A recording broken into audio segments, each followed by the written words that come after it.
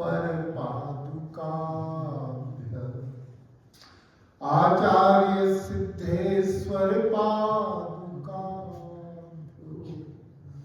नमो नमः श्री गुरु पादुकाभ्य नमो नमः श्री गुरु पादुकाभ्य गुरूणां च गुरुं वन्दे रामनाथं महाप्रभुं सद्गुरुं च नित्यं प्रार्थये योगसिद्धये। ॐ यो ब्रह्माणं ददाति पूर्वं यो वै वेदांश्च प्रणोति तस्मै तं हदेव आत्मबुद्धिप्रकाशं मुमुक्षुर्वै शरणमहं प्रपद्ये। ॐ शान्ति शान्ति शान्ति।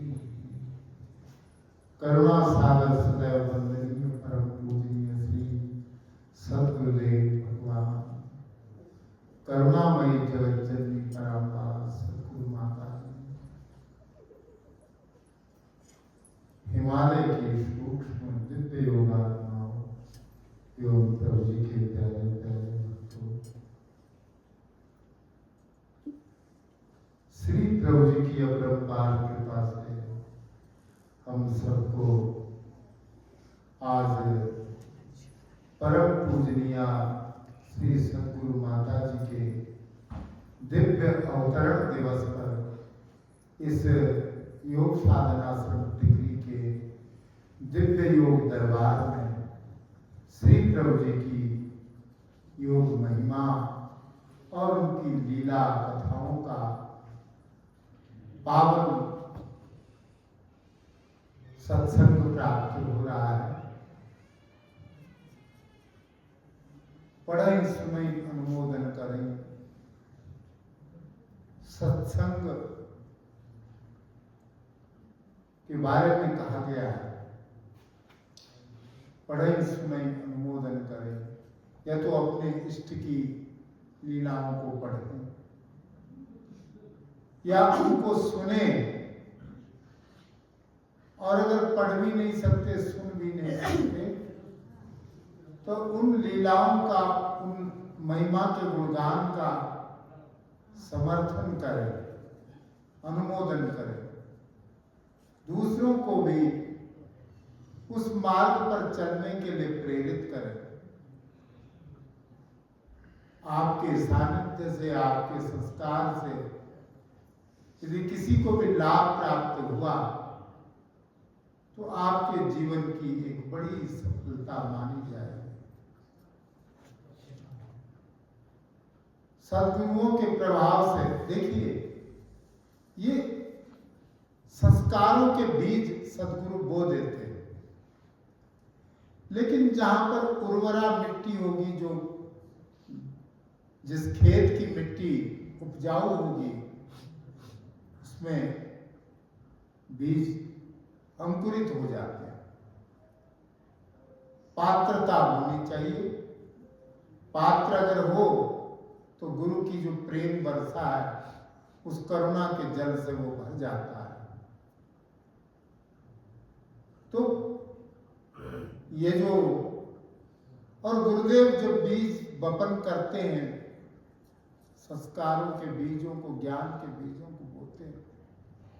ऐसा नहीं कि सभी एकदम से उग जाएंगे। किसान भी जब बीज बोता है तो सारे बीज उगते नहीं हैं, उनमें से कुछ अंदर ही निष्क्रिय हो जाते हैं, कुछ उग करके ऊपर उठ जाते हैं। और अगर एक भी पात्र जो उनमें से सफल हो गया, उस मार्ग पर आगे बढ़ गया, तो वो दुनिया को बदल देने की सामर्थ्य रखता है। इसलिए संत कहते हैं कि 100 मंदिरों के बराबर एक प्रचारक होता है। 100 मंदिरों के बराबर एक प्रचारक होता है। क्योंकि हम देखते हैं मंदिर में लोग जाते हैं, भीड़ की भीड़ जाती है, सुबह से शाम तक लाइनों में खड़े रहते हैं, फिर शाम को घर आकर के दारू पीने बैठ जाते हैं, सब मीट बीच में रखकर, है कि नहीं है? लेकिन गुरु के दरबार में जाकर के गुरु के वचनों को श्रवण करके, गुरु के ज्ञान को धारण करके 100 में से 50 लोग तो गंदा खान पान, रहन सहन और गंदा व्यवहार का त्याग कर ही देते हैं। ये एक बड़ी उपलब्धि समाज के लिए भी, उनका तो कल्याण होगा ही।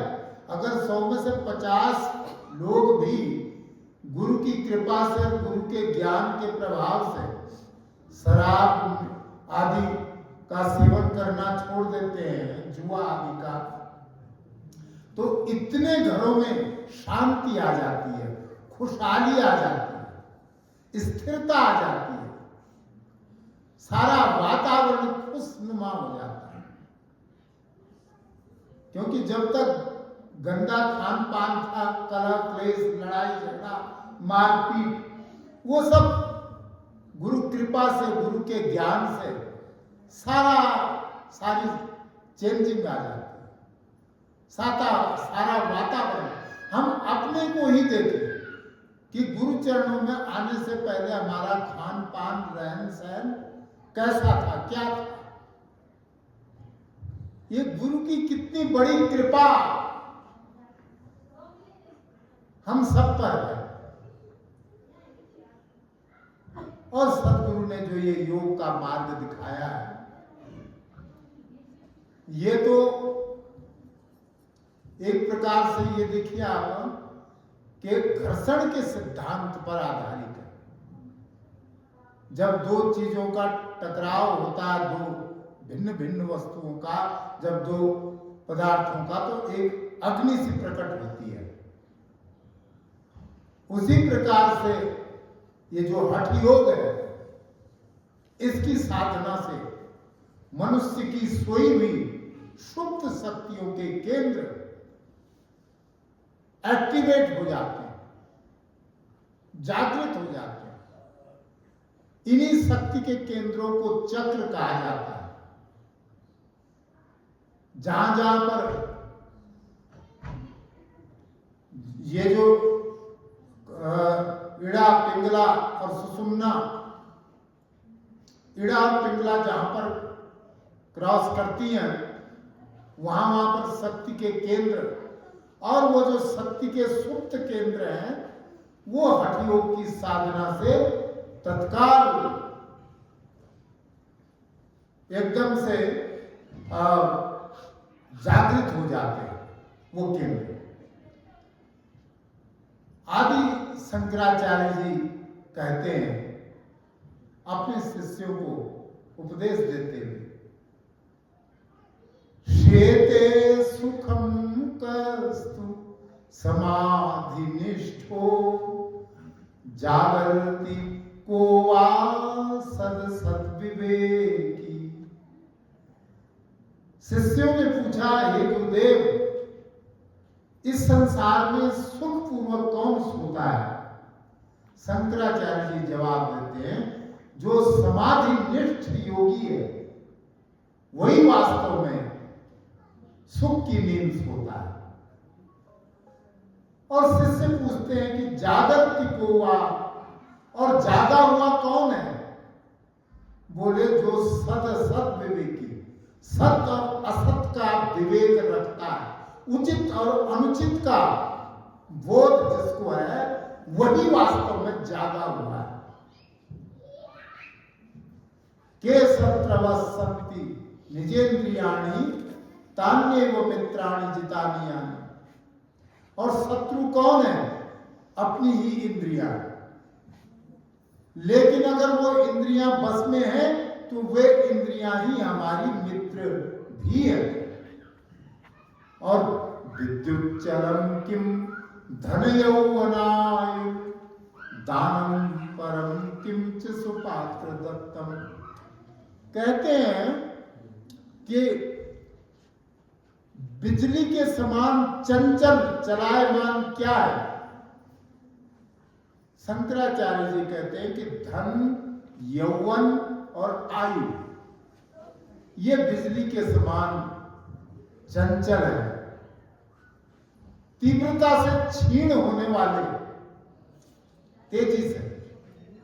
धन भी निरंतर घटता जाता है, यौवन जवानी भी ढलती जाती है निरंतर, और आयु भी फूटे हुए घड़े के समान पल पल में खत्म हो रही है।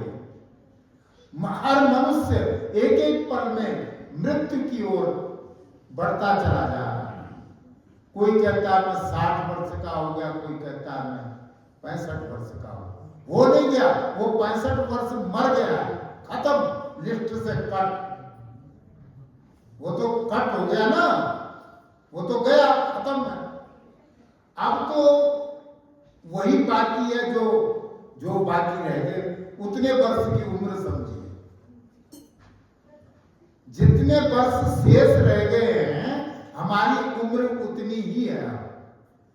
हमारी उम्र 60 की 65 की नहीं है, वो तो खत्म, खर्च हो गए, खत्म, गए काम से। अब तो जो 10-5 साल जो हाथ में जेब में बाकी है, उतनी उम्र समझिए कि उतनी बाकी है, और वो भी देखते देखते खत्म हो जाएगा।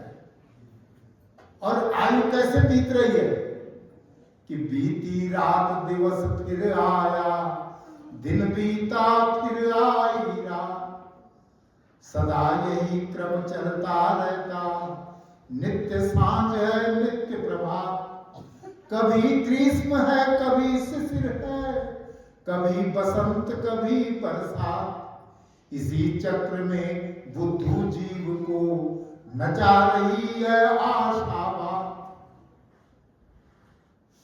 ये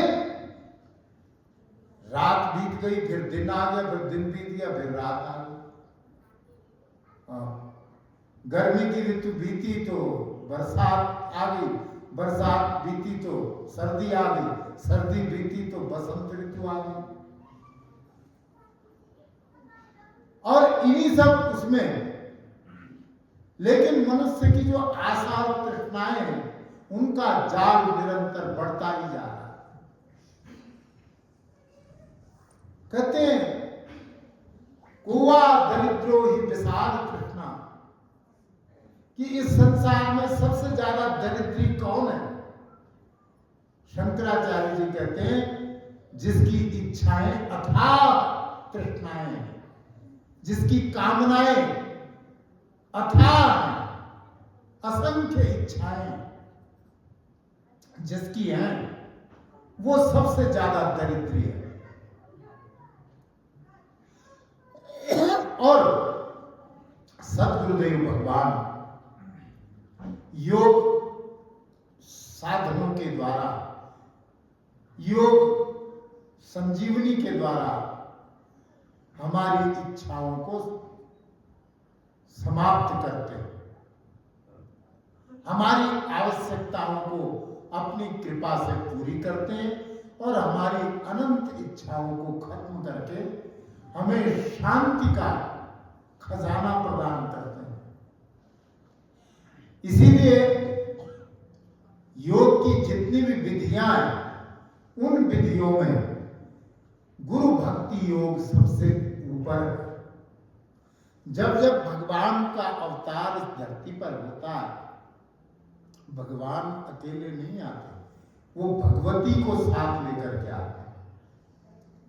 शिव का जब जब अवतार होता है मनुष्य रूप में, तो शिवानी को यानी शक्ति को साथ लेकर के वो इस धराधाम पर आते हैं, और अपनी माया शक्ति के द्वारा ही इस जगत का पालन करते हैं, इसका नियंत्रण करते हैं। उसी प्रकार गुरुदेव भगवान भी अपनी शक्ति यानी सदगुरु माता जी के साथ इस धराधाम पर आए और सदगुरु माता की शक्ति के द्वारा ही उन्होंने योग विद्या का प्रचार प्रसार दिग दिगंतरों तक किया और हमारे ज्ञानवर्धन के लिए, हमारे ज्ञान चक्षुओं को खोलने के लिए और हमारे में विवेक के जागरण के लिए और मानवता का पूर्ण रूप से संचार करने के लिए योग महादिव्य रामायण की रचना की। आज उसका स्वाध्याय करके हम अपने पथ को देखने में सफल हो पा रहे हैं।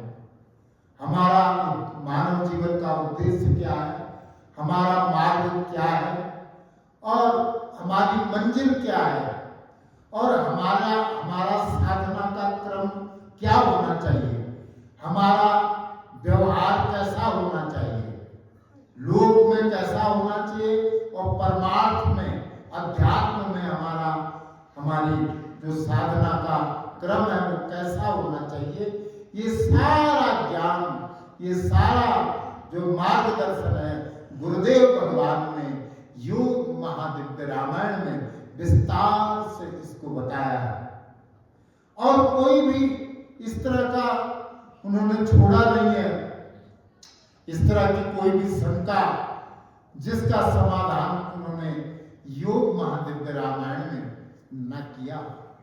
चाहे तो लोक व्यवहार की बात हो, चाहे योग साधना की बात हो, या योग के प्रचार की बात हो, या फिर देशभक्ति की बात हो, या फिर अपने हिंदू धर्म के पूर्ण ज्ञान की बात हो, या जो अंत में जो अध्यात्म कांड मोक्ष की बात हो, तो वो सब अंत में उन्होंने जो गीता, श्रीमद् भगवद गीता यानी अंत तो गत्वा हमें मुक्ति,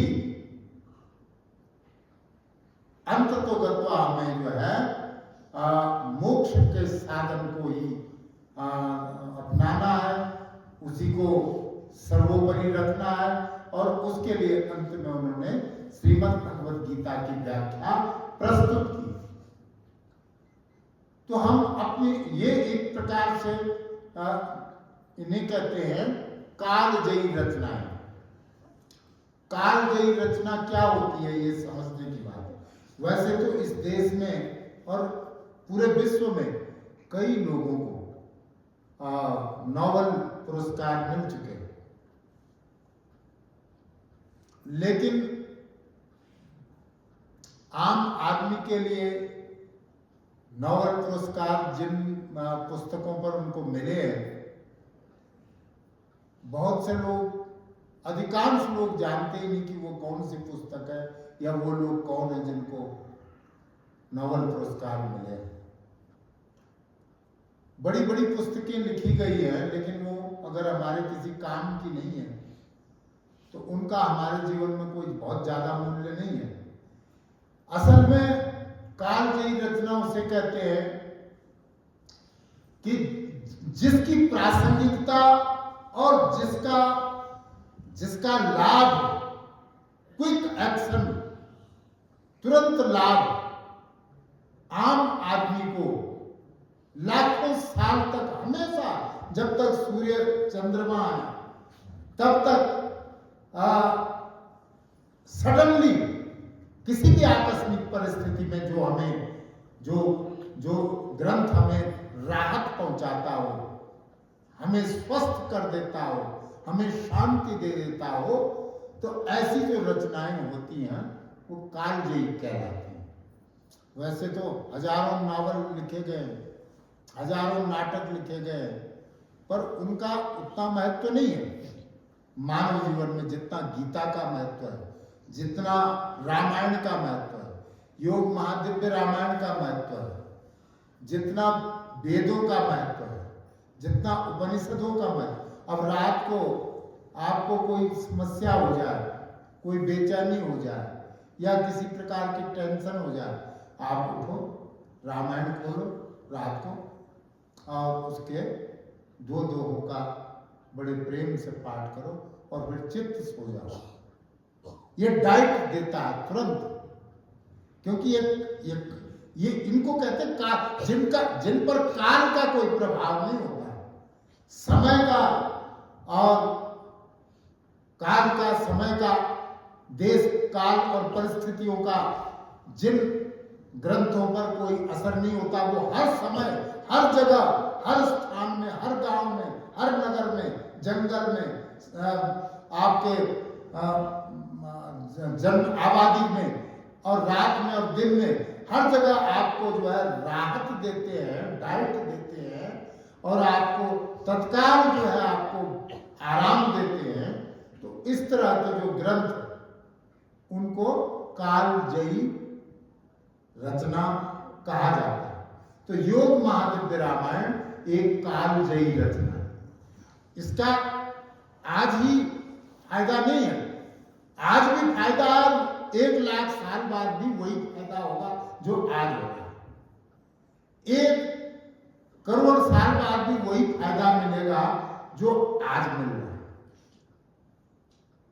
ऐसे ग्रंथ सबके लिए दवाई का काम करते हैं और ये रोग की औषधियां प्रदान करते हैं ये जो ग्रंथ है। तो ये ऐसा जो दिव्य योग महादिव्य रामायण ग्रंथ है, इसकी रचना गुरुदेव भगवान ने अपनी सधर्मिणी शक्ति स्वरूपा सदगुरु माता जी के जो है सतत उनके सहयोग से और उनकी शक्ति से ही ये सब आज योग का विस्तार हो रहा है। ऐसे सदगुरु माता जी के चरण कमलों में बारंबार प्रणाम, बारंबार चरण वंदना करता हुआ मैं अपनी वाणी को विराम देता हूँ। ओम शांति शांति शांति। तो अपने सामने बहुत सुंदर रूप से योग महादिव्य रामायण के बारे में कहा कि ये जो रचना है ये कालजयी रचना है। जो फायदा इसका आज भी है, 1 करोड़ साल के बाद भी इसको पढ़ेंगे तो वही फायदा तब होगा। काल का इसका कोई प्रभाव नहीं होगा। तो विद्वानों से बहुत अच्छी अच्छी बातें सुनने को मिलती है। तो